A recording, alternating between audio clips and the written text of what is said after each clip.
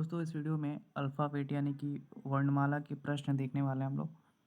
तो सबसे पहले आप ये जान लीजिए कि अंग्रेजी जो वर्णमाला है उसमें कुल अक्षर कितने होते हैं। तो ध्यान रखेंगे 26 होते हैं।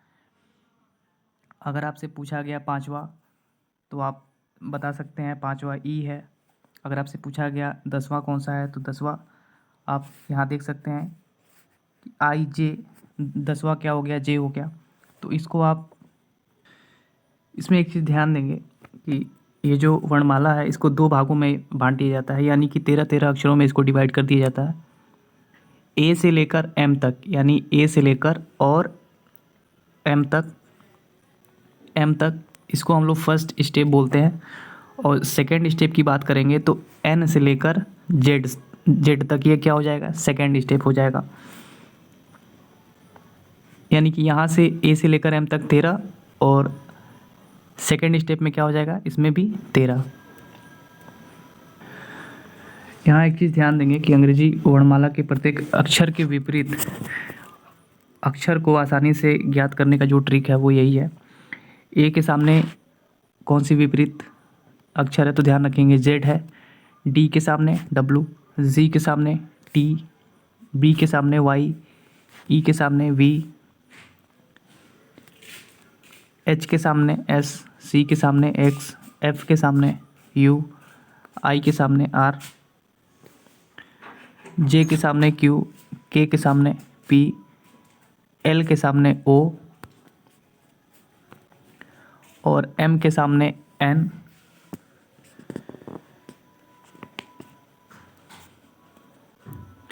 आप इसका चाहें तो स्क्रीनशॉट भी ले सकते हैं। अब यहाँ प्रश्न उठता है कि बाएं और दाएं क्या है। तो इस प्रश्न में आपको ज़्यादा उलझना नहीं है। अगर बाएं की बात होगी तो बाएं के लिए हमेशा फर्स्ट स्टेप यानी कि ए से लेकर और एम, यानी कि ए से शुरू करेंगे। अगर लेफ़्ट की बात की जाएगी तो ए के साइड से आपसे शुरू करना है। जैसे आपसे पूछ दिया गया कि बाएं से ये अक्षर कौन सा है तो आपको ए से शुरू करना है। और अगर दाहिने की बात होगी तो सेकेंड स्टेप यानी कि जेड से एन तक ये आपका सेकेंड स्टेप हो गया। तो जब भी दाएं की बात होगी तो आपको सेकेंड स्टेप यानी कि दाएं से सेकेंड स्टेप से आपको शुरू करना है और बाएं से ए से शुरू करना है। इसमें आपको कंफ्यूज बिल्कुल भी नहीं होना है। चलिए नेक्स्ट देखते हैं। यहाँ की जो और ध्यान देंगे कि ज़्यादातर प्रश्नों में क्या होता है कि डबल डायरेक्शन का यूज़ होता है। जैसे एग्जांपल के लिए ले लीजिए कि बाएं से 10वें के दाएं 5वां या फिर दाएं से 7वें के दाएं 5वां इत्यादि। तो ऐसे आपको प्रश्न देखने को मिल जाते हैं। तो इसमें क्या होना है, इसमें जब भी बाएं और बाएं यानी कि सेम डायरेक्शन रहेगा तो आपको क्या करना है, आपको माइनस करना है। अगर दो डायरेक्शन दिया है दोनों सेम है, बायां प्लस बायां, यानी कि आप ऐसे समझिए अगर दोनों डायरेक्शन एक ही हो, जैसे दाएं से 10वें के दाएं, दाएं से 10वें के दाएं या फिर 5वें, दाएं से 10वें के दाएं 5वां या बाएं से 10वें के बाएं 5वां।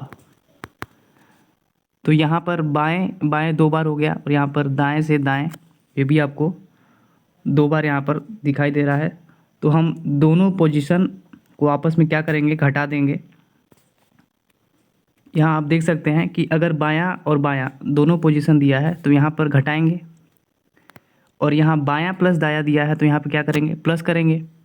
और वैसे ही अगर दायां प्लस दायां दिया है तो यहाँ पर घटा देंगे और दायां प्लस बायां दिया है तो क्या करेंगे, प्लस करेंगे। बस इस चीज़ को आपको ध्यान रखना है। यहाँ पे देखिए क्या दिया है कि दाएं से 10वें के दाएं 5वां। तो यहाँ पर सिर्फ आपको क्या करना है, दायां प्लस दायां, यहाँ क्या हुआ है, माइनस हुआ है तो 10 - 5 कर देंगे, यानी कि 5 आपका क्या हो जाएगा, उत्तर हो जाएगा। यही चीज़ है। यहाँ कुछ क्वेश्चन देखते हैं। टाइप 1 है ये कि ABCDEF आपको यहाँ पर वर्णमाला के अक्षर दिखाई दे रहे हैं और इसमें आपको ये देखिए यहाँ पर दे रहा है कि अंग्रेजी वर्णमाला में दाएं छोर से 13वें स्थान पर कौन सा अक्षर है। तो जब भी मैंने आपको बताया है कि जब भी बायां की बात होगी तो ए से स्टार्ट करेंगे और दायां की बात होगी तो जेड से शुरू करेंगे। तो यहाँ पर क्या पूछा जा रहा है कि दाएं छोर से, यानी कि आपको जेड से स्टार्ट करना है। तो दाएं छोर से 13वें स्थान पे, तो यहाँ से काउंट कर लेंगे, यहाँ से गिनती करेंगे 1 2 3 4 5 6 7 8 9 10 11 12 13। तो दाएं छोर से 13वें स्थान पे कौन सा अक्षर है, तो आपका एन है। तो राइट आंसर आपका क्या होगा, एन हो जाएगा। ऑप्शन नंबर 3 करेक्ट उत्तर हो जाएगा। यहाँ देखेंगे क्या पूछा जा रहा है कि दिए गए अंग्रेजी वर्णमाला के प्रथम अर्धांश यानी कि फर्स्ट स्टेप को यदि उल्टे क्रम में लिखा जाता है तो दाहिने से 7वें अक्षर के बाएं अक्षर कौन सा होगा। तो यहाँ पे आपको दिया हुआ है कि फर्स्ट स्टेप को यदि उल्टे क्रम में लिखा जाएगा तो फर्स्ट स्टेप कौन सा है, ए से लेके एम तक। तो उसको सिर्फ आपको उल्टा लिख देना है, यानी कि ए से लेके एम तक उसको उल्टा कर देंगे। क्या हो जाएगा, ए से लेके एम तक है तो M L K J I H G F E D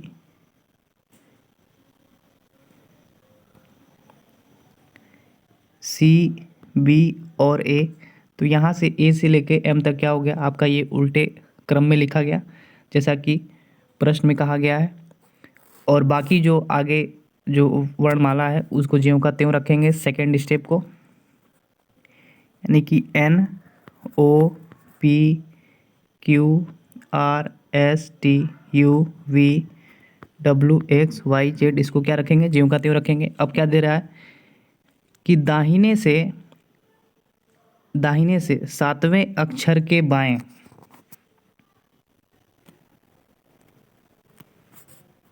दाहिने से 7वें अक्षर के बाएं। तो दाहिने से अगर आप देखेंगे 1 2 3 4 5 6 7, तो दाहिने से 7वां अक्षर कौन सा है, टी है।